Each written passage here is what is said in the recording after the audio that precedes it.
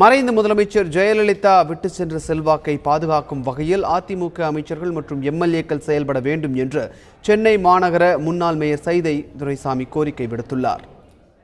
மக்கள் செல்வாக்குடன் போதிய சட்டமன்ற நாடாளுமன்ற உறுப்பினர்களை புரட்சித் தலைவி அம்மா அவர்கள் இன்றைக்கு நமக்கு விட்டு சென்றிருக்கிறார்கள்.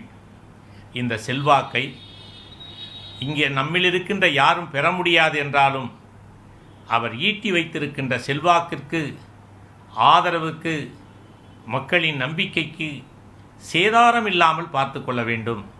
எனவே நாட்டு மக்கள் விரும்புகின்ற வகையில், தொண்டர்கள் விரும்புகின்ற வகையில் இந்த இயக்கம் எக்காரணத்தை கொண்டும் பிளவுபடாமல், ஆட்சியை இழந்து விடாமல் மாண்புமிகு அம்மா அவர்கள் ஏராளமான வாக்குறுதிகளை கொடுத்திருக்கிறார்கள். அந்த வாக்குறுதிகளை எல்லாம் இந்த தேர்தலில் கொடுத்த வாக்குறுதிகளின் அடிப்படையில், அம்மா அவர்களின் மீது வைத்த நம்பிக்கையின் அடிப்படையில் மக்கள் வாக்களித்து இந்த மாபெரும் வெற்றியை வழங்கியிருக்கிறார்கள். அதன் அடையாளமாக இருக்கின்ற சட்டமன்ற உறுப்பினர்கள், அமைச்சர் பெருமக்கள் அதை நினைவிலே வைத்துக் கொள்ள வேண்டும்.